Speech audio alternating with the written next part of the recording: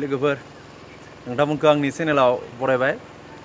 दायो आङो खैराबारि स्टेशनाव दङ। निश्चय नोंथांमोना मिथिगौ देग्लायनि सेन्ट्रेलनि बर' साहित्य सभाया जोंनि खैराबारि हालामाव जागोन। बे खैराबारि 59थि बे बड' साहित्य सभानि माथिं थांनांगौ बोरै थांनांगौ आं नैबे खैराबारि स्टेशननिफ्राय देखायनो आखायाव लादों। मानो होनब्ला गोबां जायगानिफ्राय बे स्टेशनाव ओंखारगोन। जानो हागौ गासिबो ट्रेना बे जायगायावनो लाखिगोन।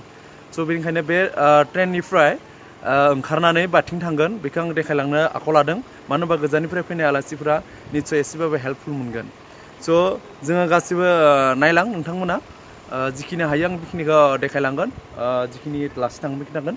दायो आं खैराबारि जिथु स्टेशनाव दङ बे स्टेशनाव बेथिंगाले साहा जागोन, बेथिंगाले खोला जागोन, बेथिंगाले सोनाब जागोन, सानजाहा। जों दायो खोलाहाथिं माने स्टेशननिफ्राय ओंखारनानै खोलाहाथिंफोरा डाइरेक्ट थांखाबानो जाबाय। दे माबायदि थांगोन आं दा बेखौ देखायलांनि ग्रोब ग्रोब। नोंथांमोना आंनि उन फैफाबाय थाबानो जाबाय।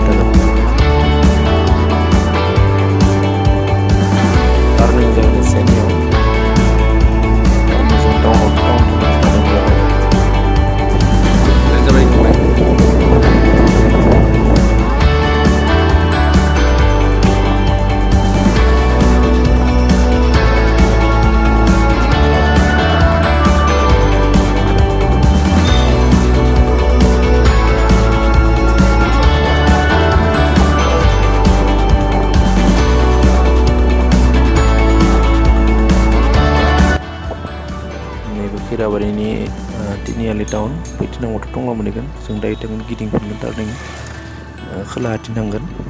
नैबे खोलाहाथिं थांबाथाय बे खैराबारि टाउन गासिबो।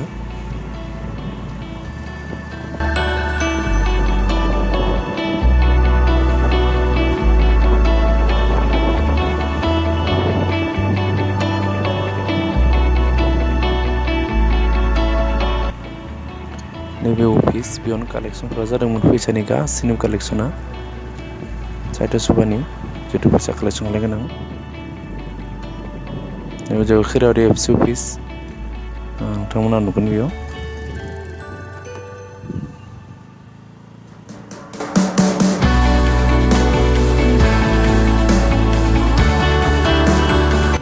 बैथिं थांबा जों बे थाना मोनगोन, पुलिस थाना। आरो नैबे जाबाय दुर्गा मन्दिर। बे सानजाहा जायो। बिथिं दायो थांबाथाय जों खोलाहाफोराव सिदा थांबाथाय खोलाहा टाउननिफ्राय जों खोलाहा फैबाय थादों। मोनथारसिगोन जों दायो। मोनथारसिगोन।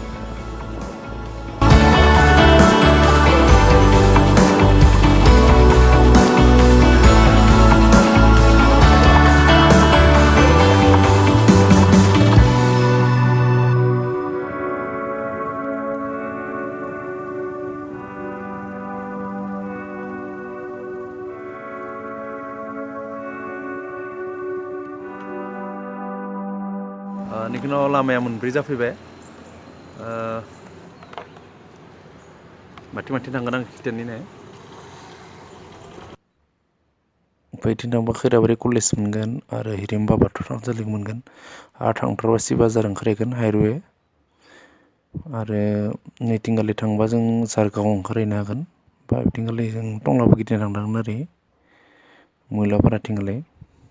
जों थांगोन नैबे सोनाबहा बिदिनो गरायसु थांनाय लामा होनना बुङो बेखौ बे गरायसु थांनाय लामाथिं थांबानो साहित्यखौ मोनहैगोन जोङो आरो नैबे खाथिनि जिथु बेनार दङ बे खाथियाव नोंथांमोना साइनबर्डखौ नायना हागोन पिकचारखौ बरियानो खाथियाव थानानै दसे नायनानै माथिं मा थांबा मा नुगोन बेखौ बरिया मबाइलाव फट' थिखांना ला आं बारा खालायजोबैखाय बेखौ बारा देखायदिया स' नोंथांमोना नैबे मेपखौ नायना लाबानो जाबाय हाबनायनि सिगां जों दा सोनाबहा थांगोन बिथिंनो ओंखारहैयो गरेस्वर ताम्लेस्वर मन्दिरबो ओंखारहैनाय बिथिंगालि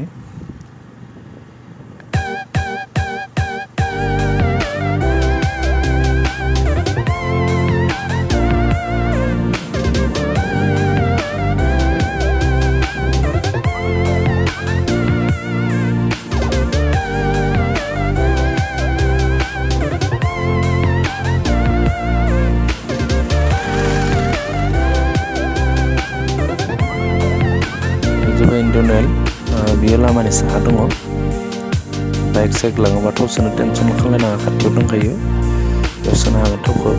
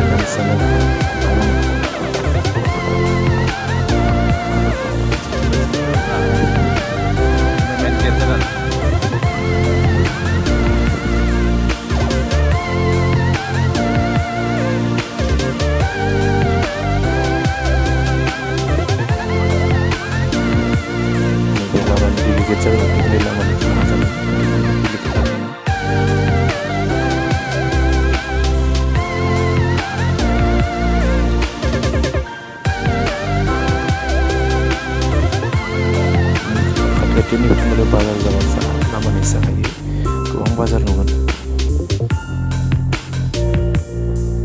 मा बायनो गोसोबा फैसानि थि खालामना लाना फैखाबा जाबाय नोंथांमोना आरो आं दा नैबे एक्जिबिसननि मा होनोमोन गेट बे एक्जिबिसन बेयावनो हाबनानै नायनो हागोन नोंसोरमोनहा एक्जिबिसनखौ डेक'रेसन खालामगासिनो दं जाजोबाखै जागोन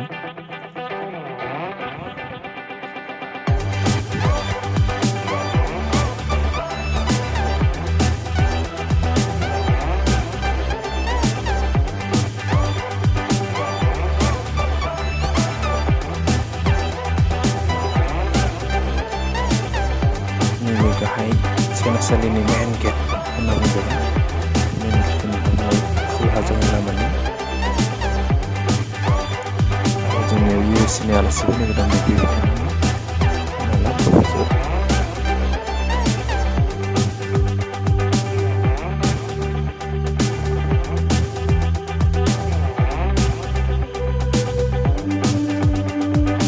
खामानि जोबजोबखौनो मावगासिनो दं बेयाव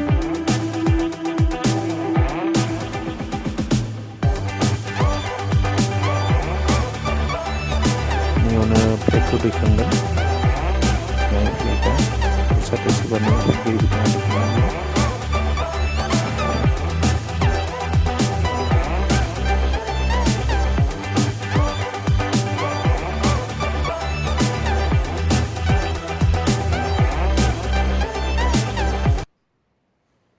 डेक'रेसन जि मोजां माने गासैबो पेनेलनि जिथु दङ बे माबायानो आर'नाइनि गोजा मिथिखागौ नोंथांमोना बयबो दामनाय खोनानो प्रेक्टिसनि थाखाय प्रेक्टिस खालामगासिनो दङ